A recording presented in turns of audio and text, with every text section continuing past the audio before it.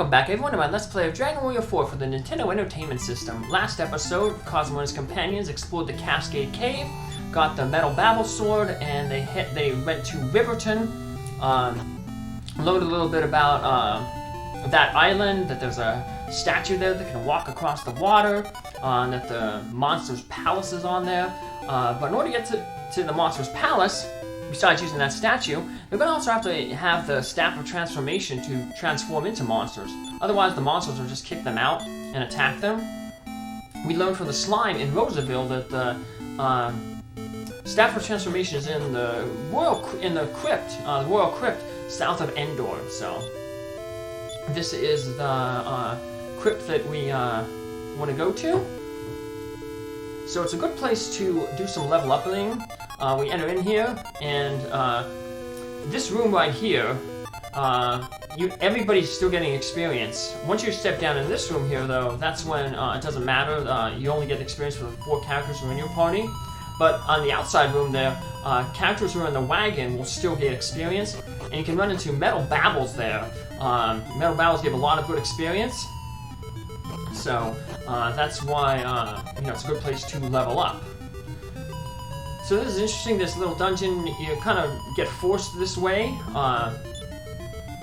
with all these conveyor belts. That path leads over to a warp tile that takes you back to the beginning. I'll show it off a little later, but we want to do some more exploring first.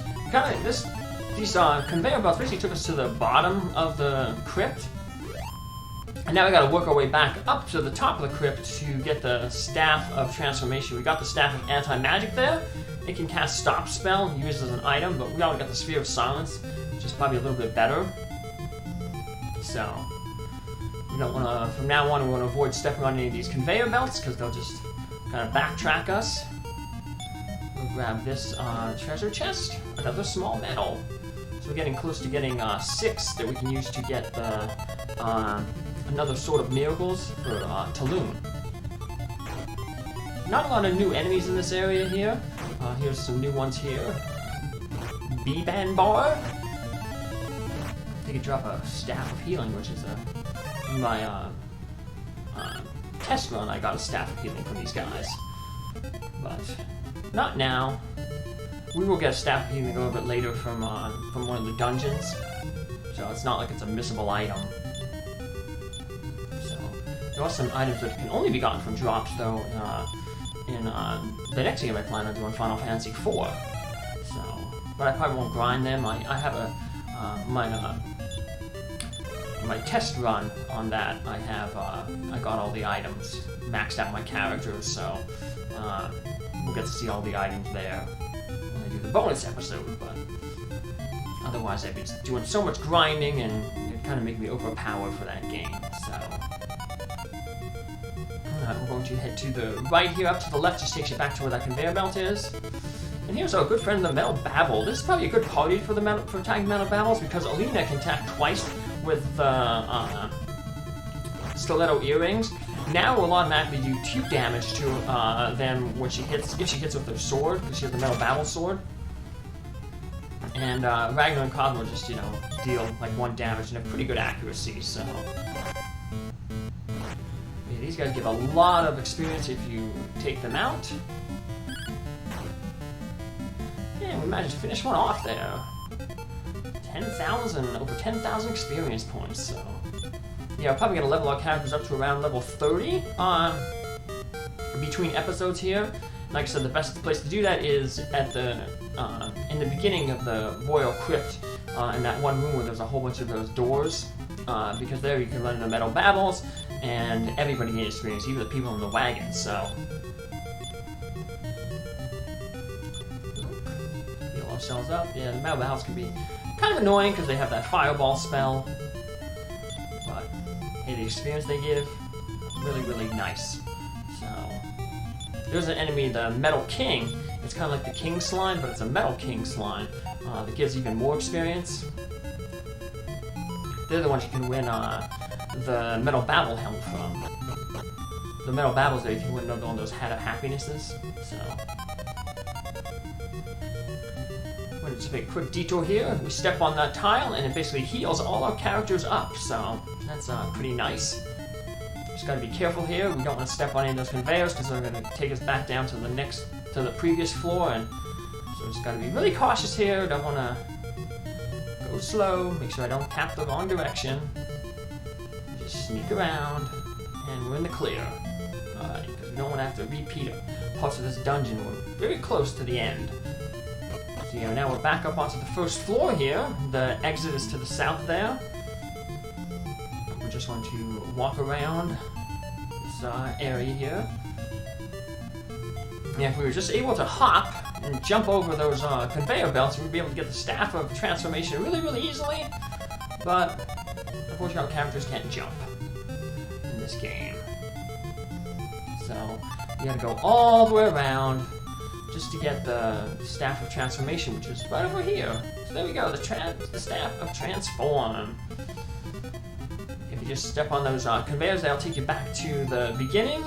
But I wanted to show off that warp tile that I mentioned when we went down a previous level. If you were to take that warp tile, it would take you to this room up here. We'll see the warp tile. So I'll just take the warp tile just to kind of show it off. And then we'll go one room over to the left, and you'll see that's where we picked up that Staff of Anti-Magic. Just have there. Yep, there's the Staff of Anti-Magic area. Just hop on here. So if the dungeon was a little tough for you at the beginning and you just wanted to get out after getting that staff, or you might have missed the small medal that was kind of tucked away in that one corner, you don't have to go through the whole dungeon. You have like a shortcut halfway through to get you back out. Just hop in here. We'll get back out. Like I said, here now, in this room here is where everyone gains experience, including people in the wagon. So it's a good place to go farming those metal babbles. Speaking of farming, since that was a really quick dungeon, we don't have enough time to do another dungeon. We're going to do some farming for some enemies down in the Riverton area. There's a few monsters we can get there that we didn't get, so we might as well go get them. Because we're very close with this dungeon that we just did. We're very close to being able to afford another metal babble armor for Nara. So might as well go hunt these monsters, fill up some time in this video, and then we can end the video by getting Nara's her metal babble armor. So we're just going to end up casting the return, going to Riverton. End up down there on the island. Oh. And if you go on the ship and go north, that takes you back into Riverton. But we want to explore this area over here. We got two new monsters we want to run into. One of them is the Mighty Healer here. And the other one is like a lion enemy. It's really rare though. So actually what I ended up doing was I ended up off-screening, grabbing that enemy. It took about 5 minutes of just wandering around in the hills to end up getting that enemy. It's a little bit more common in the next dungeon, but like I said, I was so close I wanted to just fight here to get that, being able to get enough money to purchase that other set of metal babble armor for Nara. Then that just leaves us with having to get another set of that armor for Christo. Like I said, we want to gain a little bit of levels here because the next dungeon we're going to go to isn't that hard, but immediately after it, we're kind of going to find out where the ruler of evil is and where he was buried, and that can be a little bit difficult, so we want to get a few levels there. So here's that other enemy there, the Leonor. So yeah, if we can get some levels here, get some better equipment, that'll help out.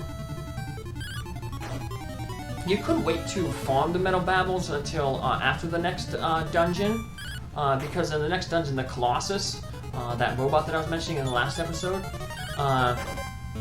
you can find a cursed hammer there, the Demon Hammer, and basically it like has 2/3 chance to miss, but if it hits, it's an automatic critical hit. You can give that to Ragnar, and that'll help him hunt metal babbles, because if it hits, it's going to critical hit and defeat the metal babbles. So this guy's going to give us a little bit of clue. It said that the Great Ones catch teardrops in their hands. Journey carefully.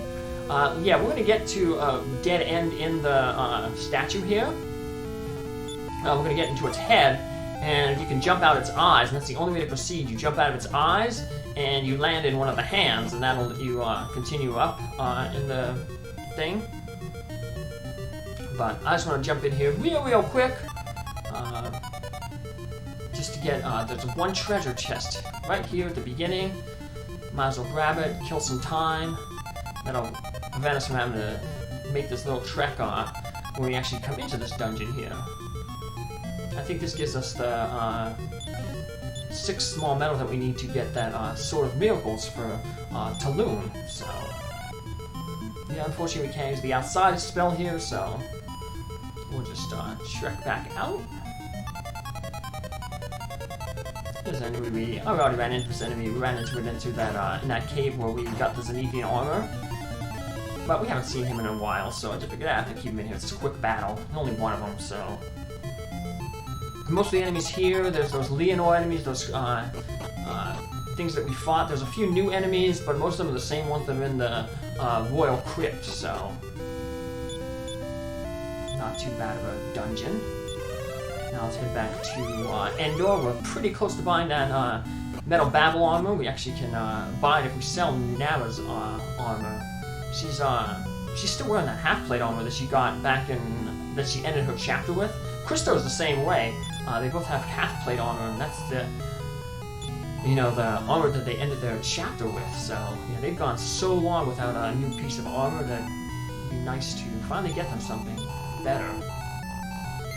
It's a massive jump from them, from the half-plate to the Metal Babel armor.